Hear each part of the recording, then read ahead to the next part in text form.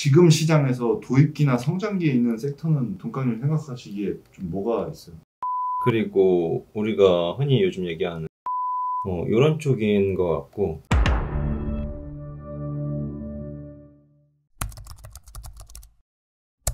안녕하세요. 맞니? 왔습니다. 안녕하세요. 제가 요즘 투자하고 있는데 고민이 있어가지고 또 찾아왔습니다. 그쵸, 항상 고민이 가득한 주식시장이죠. 고민이 끊이질 않아요. 애널리스트 리포트들을 제가 요새 보고 있거든요. 네. 그거 보다 보니까 좀 느낀 점이 공통적으로 되게 성장성을 중요하게 여기더라고요. 그러면 성장성이 없는 기업들은 주식이 못 오른다고 봐야 되는 건가요? 꼭 뭐 그렇지만은 않지만 대체로 성장성이 이제 큰 종목이 폭발적인 수익률을 보여주는 경우가 많지. 이제 성장성이 없는 기업들은 규모가 이제 더 성장하기 힘들고 새롭게 뭐 혁신이 일어나지 않는 사업을 영위하는 산업의 생애주기에 이제 쇠퇴기에 접어든 기업들을 우리가 보통 말하잖아. 이런 성장성이 없는 종목들도 꾸준히 배당을 확대해준다거나 자사주를 소각한다거나 주주가치 환원의 활동을 힘쓰는 경우에는 계속 주가 자체는 오를 수도 있거든. 문제는 한국 시장에는 그런 기업이 거의 알지? 좀 아까 말씀하신 산업의 생애주기? 그게 네. 정확히 무슨 뜻이에요? 우리 사람들도 유아기, 청소년기, 청년기, 중장년기, 노년기를 이렇게 겪잖아. 쉽게 말하면 산업이라는 것도 시간이 흐르면서 동시에 늙어가는 거지. 그래서 순서대로 도입기, 성장기, 성숙기, 쇠퇴기 이런 단계를 이제 말하는 거지. 만약에 주식이라고 쳤을 때 각각의 어떤 특징이 있는 거예요? 도입기에는 사실 새로운 산업이 시작하는 도입 단계에서 신선한 제품이나 서비스가 처음으로 나와. 대부분 첫 주자들.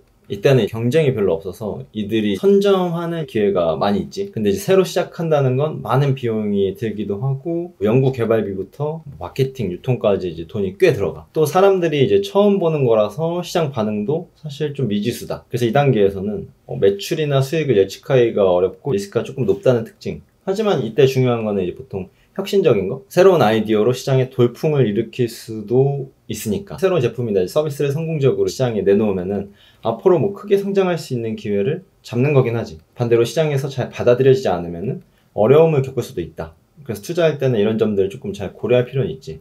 뭐 그다음 성장기라고 하면 산업이 제대로 이제 속도를 내기 시작하는 단계. 새로운 제품이나 서비스에 대한 수요가 엄청나게 늘어나고 시장이 이제 빠르게 커져. 새로운 기업들도 이 기회를 잡으려고 시장에 뛰어들고. 그래서 이제 경쟁은 상대적으로 치열해지지만 기업들은 기술을 개선하고 시장을 넓혀가면서 이제 성장하기도 하지. 이때는 가격 경쟁도 좀 일어나고 규모의 경제도 실현되기 시작하는 거. 기업들이 이제 국내뿐만 아니라 해외 시장으로도 조금 눈을 돌리기 시작하는 시기지. 결국 성장기에 성공하는 기업은 이제 경쟁에서 돋보이고 지속 가능한 이제 성장을 이어가는 거. 투자할 때 이런 성장 잠재력을 보는 것도 중요하다고 생각을 해. 그 다음은 이제 성숙기. 이 단계에는 마치 우리가 어른이 돼서 뭐 안정적인 입장을 찾고 삶을 이제 꾸려가는 것처럼 생각을 해볼 수 있지. 산업도 이 시기에는 이제 성장의 빠른 속도는 좀 늦추고 대신에 자리를 잡고 수익성을 높이는 데 집중하자. 경쟁은 여전히 있지만 이제는 더 똑똑하고 뭔가 창의적인 전략이 필요해지는 시점. 회사들이 자신만의 이제 특색을 조금 더 강화하는 게 있고 고객들이랑 조금 더 깊은 관계, 밀접한 관계를 맺으려고 하고 또 새로운 분야로 눈을 돌리거나 다른 회사를 이제 합병하는 방법으로 시장에서의 위치를 강화하기. 즉 성숙기는 산업이 더욱 전문화되고 깊이를 좀 갖는 시기 라고 할 수 있고 마지막으로 이제 쇠퇴기. 우리가 가을이나 이제 겨울을 좀 생각해 보면 되는데 나무가 잎을 떨구듯이 산업도 이제는 성장이 줄어들고 시장 수요가 좀 감소해. 기업들은 이런 변화에 좀 적응하려고 이제 비용을 줄이기도 하고 때로는 사업을 재구조화하거나 다른 분야로 좀 전환하기도 노력하고. 그런데 여기서 중요한 거는 모든 기업이 겨울잠을 자는 건 또 아니에요. 새로운 방향으로 아예 혁신을 해버리거나 새로운 시장을 찾아 나서기도 하고. 쇠퇴기는 힘든 시기이기도 하지만 변화와 적응을 잘 하면은 새로운 가능성을 찾을 수 있는 기업들한테는 중요한 시기이기도 하지. 새로운 산업이 개화할 때는 주식에서 말로만 듣던 뭐 템베거 막 이런 것도 나오는 건가요? 우리가 아는 애플도 뭐 거기 대표적으로 있지. 혁신적인 터치 스크린 인터페이스를 갖춘 아이폰이라는 걸 이제 출시하면서 새로운 틈새 시장을 창출하고 업계 전체를 이제 먹어버렸잖아. 엄청 드문 사례이긴 하지만 보통 혁신적인 기업이 기존 플레이어들을 제치고 없는 시장을 창조한 다음 경쟁 우위를 먹어버리고 업계 리더가 돼버리는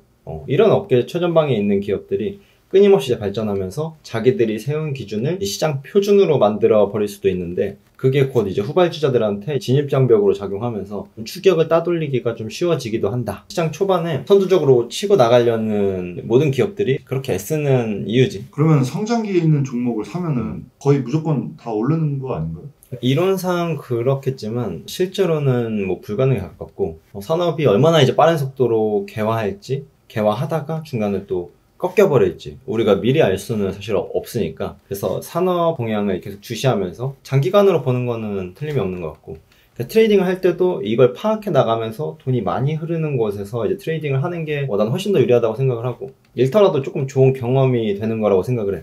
무조건 트레이더는 시장의 중심에서 거래를 해야 되는 게 맞는 것 같아. 24년이 이제 딱 시작됐을 때 지금 시장에서 도입기나 성장기에 있는 섹터는 동강님 생각하시기에 좀 뭐가 있어요? 아마 이거는 대부분 동의를 하지 않을까 하는데 AI 그리고 우리가 흔히 요즘 얘기하는 비만약 이런 쪽인 것 같고 화장품 ODM 쪽 인디 브랜드들 해주는 데들 있잖아. 그런 데도 생각보다 새로운 시장으로 가고 있는 거? 어떻게 보면 세태기에서 한 번 더 넘어선 거지. 뭐 예를 들면 특징적인 인디 브랜드 시장한테 개인화된 브랜드들 만들고 싶어하는 니즈들을 충족시켜주는 그런 시장이 한국 시장에서 성장하고 있는 것 같기도 하고 글로벌 자체로는 AI 그리고 뭐 비만약 쪽이 메가 트렌드는 맞는 것 같고 그 중에 조금 더 신선한 거는 AI 쪽이 아닌가. 생각보다 오래 걸리거든. 시장이 새로 열리면은 그 뒤에 파생되는 많은 산업들이 등장하기 때문에 이 두 개는 앞으로 계속 눈여겨볼 만한 섹터고 주의 깊게 보지 않을까 앞으로. 지금 말씀하신 AI나 뭐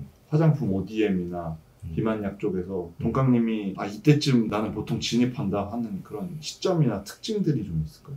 비만약 같은 경우는 떨어질 때 계속 사는 사람들이 많을 것 같고 AI 같은 경우는 실제 조금 더 디바이스적인 측면이나 우리 실생활에 들어오는 걸 확인하고 사도 늦지는 않을 것 같고 전기차를 예시로 들면은 테슬라 같은 경우도 실제로 모델 3가 양산화되는 시점 그 전에 뭐 모델 S 그리고 테슬라 그 로드스터들 그런 모델들이 시장성 있는 모델들은 아니었잖아. 근데 실제로 양산형 모델이 나온 시점에 주식을 샀어도 충분히 괜찮았거든.